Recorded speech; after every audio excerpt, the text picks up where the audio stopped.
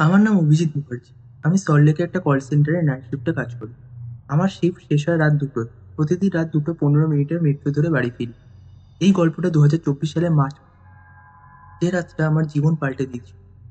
সেদিন ছিল ১৫ই মার্চ, শুক্রবার।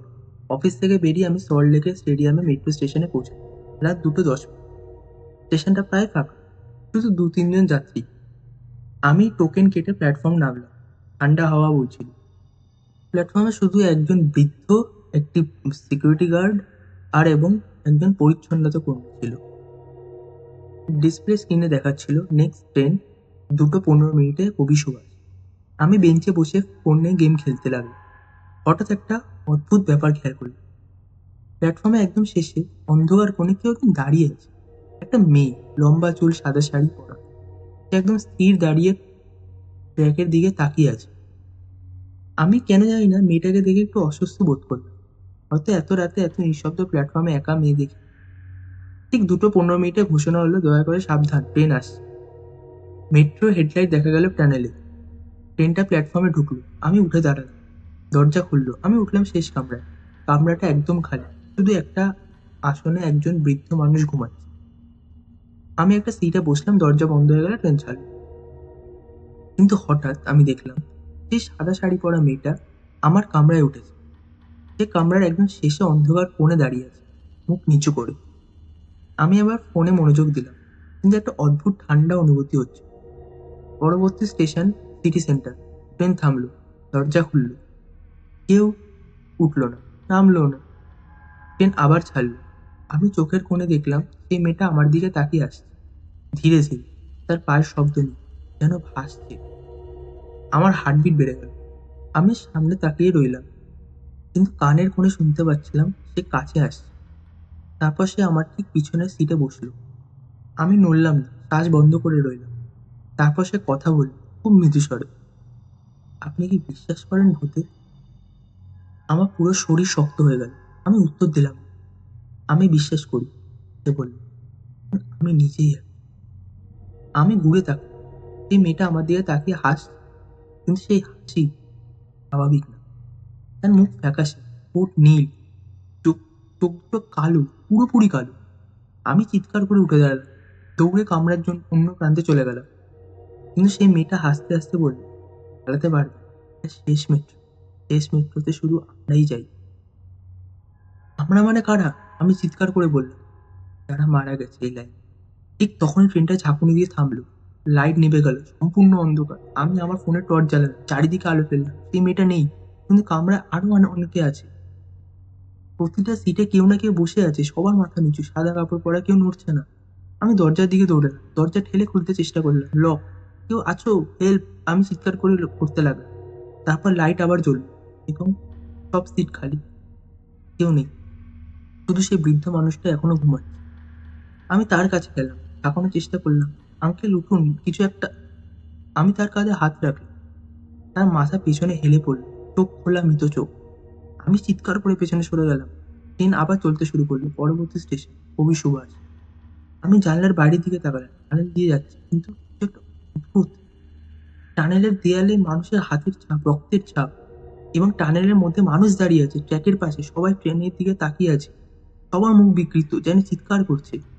আমি জানলা থেকে সরে গেলাম। কামরার মাঝখানে বসে বললাম, তাই হাত দিয়ে বসে রইলাম। একটা দুঃস্বপ্ন, শুধু দুঃস্বপ্ন। আমি নিজেকে বলতে লাগলাম। তারপর আবার সেই মেয়ের গলা শুনতে পেলাম, দুঃস্বপ্ন না, এটা তোমার নতুন বাস্তবতা। আমি চোখ খুলে দেখি সে আমার সামনে দাঁড়িয়ে আছে। তুমি কে? তুমি কি চাও? আমি কাঁপা কাঁপা গলায় জিজ্ঞেস করলাম। আমার নাম নীলা। আমি ৬ মাস আগে এই লাইনে মারা গিয়েছি। কেউ একজন আমাকে ধাক্কা দিয়ে ট্র্যাকে ফেলে দিয়েছিল, কবি সুভাষ স্টেশনে। কিন্তু তুমি আমার কাছে কেন এসেছো? আমার সাথে এর কি সম্পর্ক? কারণ আজ রাত ২:১৫, শেষ মেট্রোর সময়। এই সময় যারা মেট্রোতে যায় তারা সবসময় একা থাকে না। আমরা তাদের সাথে যাই। কিন্তু কেন? তুমি কি চাও? আমি বললাম। নীলা হাসল, এই ভয়ঙ্কর হাসি। আমি চাই তুমি আমার গল্প শোনো এবং মনে রাখো, কারণ কেউ আমার মৃত্যুর সত্য জানে না। তারপর সে বলতে শুরু করলো, আমি একটা কল সেন্টারে কাজ করতাম, তোমার মতোই নাইট শিফট। সেদিন ছিল ২২ সেপ্টেম্বর ২০২৩। আমি রাত 2:15 মেট্রো ধরি। কবি সুভাষে নামার কথা। কিন্তু সেদিন একজন মানুষ আমাকে ফলো করছিল। সে অফিস থেকেই আমার পেছনে ছিল। মেট্রোতে উঠলো, আমার পাশে এসে বসলো, অদ্ভুত কথা বলতে লাগলো। আমি ভয় পেয়ে গেলাম। কবি সুভাষে নামার সময় সে আমার হাত ধরে টানতে চেষ্টা করলো। আমি চিৎকার করলাম, ছাড়িয়ে নিয়ে প্ল্যাটফর্মে দৌড় দিলাম। কিন্তু সে আমাকে তাড়া করলো। প্ল্যাটফর্মের শেষে যেখানে কেউ ছিল না সেখানে সে আমাকে ঠাসা করলো। আমি চিৎকার করছিলাম কিন্তু কেউ শুনতে পায়নি। শেষে মেট্রো ছেড়ে দিয়েছিল। স্টেশন প্রায় খালি। তারপর সে আমায় ধাক্কা দিল। আমি ট্র্যাকে পড়ে গেলাম। মাথায় লেগেছিল, চোখের সামনে সব ঘুরতে লাগলো। আমি দেখলাম সে দাঁড়িয়ে আছে প্ল্যাটফর্মে, হাসছে। তারপর চলে গেল। কেউ আমাকে বাঁচাতে আসেনি। আমি সেখানেই মারা গেলাম। পরদিন সকালে আমার দেহ পাওয়া যায়। পুলিশ বলল আত্মহত্যা। কেউ সত্যটা জানে না। নীলার চোখ দিয়ে কালো জল গড়িয়ে পড়ছে। আমি প্রতি রাতেই মেট্রোতে থাকি, সেই লোকটাকে খুঁজি, কিন্তু পাই না। সে কে ছিল আমি জিজ্ঞেস করলাম। আমি জানি না তার নাম, কিন্তু আমি তার মুখ মনে আছে। সে এখনো কোথাও আছে, হয়তো আবার কাউকে ক্ষতি করছে। ট্রেন কবি সুভাষ স্টেশন এসে থামলো। দরজা খুলে গেল। নীলা বলল, নাম, তোমাকে কিছু দেখাতে চাই। আমি নামলাম। প্ল্যাটফর্মে একদম খালি। সিকিউরিটি গার্ড পর্যন্ত নেই। নীলা আমাকে প্ল্যাটফর্মের শেষে নিয়ে গেল। এখানে সে বলল, এখানে, এখানেই আমি মারা গেছি। এই জায়গা থেকেই সে আমাকে ধাক্কা দিয়েছে। আমি মেঝের দিকে তাকাই। একটা গাঢ় দাগ, রক্তের দাগ। এই দাগ কখনো যায় না, নীলা বলল। তারা কতবার পরিষ্কার করেছে, তবুও পরদিন আবার দেখা। তারপর সে আমার দিকে ঘুরল। তুমি কি আমাকে সাহায্য করবে? কিভাবে? আমি জিজ্ঞেস করলাম। সত্যটা বলো। মানুষকে জানো, পুলিশকে বলো, যাতে আমার হত্যাকারীরা ধরা পড়ে। কিন্তু আমার কাছে কোনো প্রমাণ নেই, কেউ বিশ্বাস করবে না আমার। নীলা হাসলো।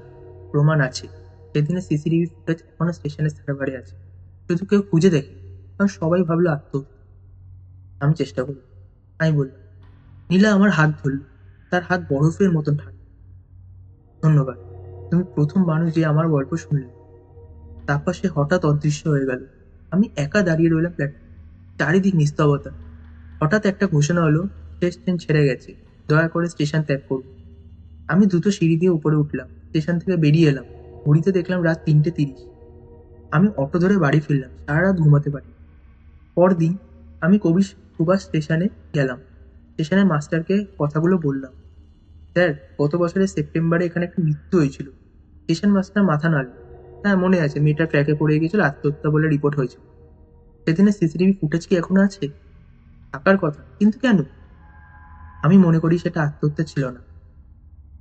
স্টেশন মাস্টার আমাকে সন্দেহের চোখে দেখল। তুমি পুলিশ? না, কিন্তু প্লিজ একবার দেখুন। সে অনিচ্ছুক ছিল, কিন্তু শেষে রাজি হলো। আমরা কন্ট্রোল রুমে গেলাম। পুরোনো ফুটেজ খুঁজতে লাগলো। প্রায় 1 ঘন্টা পর সে পেল। 22শে সেপ্টেম্বর 2023, রাত 2:15।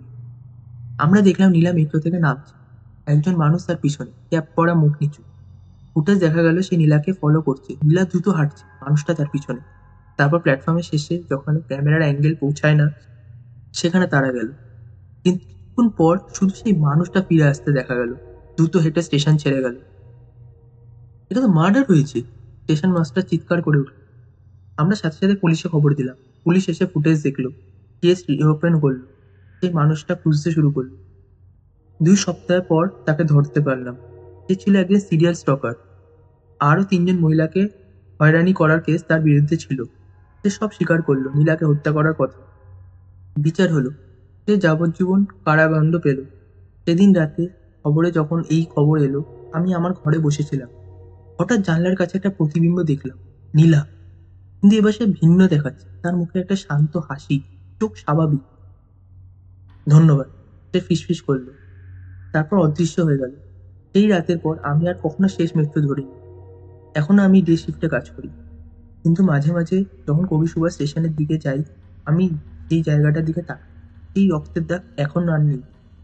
আর আমি জানি নীলা এখনো শান্তিতেই আছে। তার ন্যায় বিচার হয়েছে।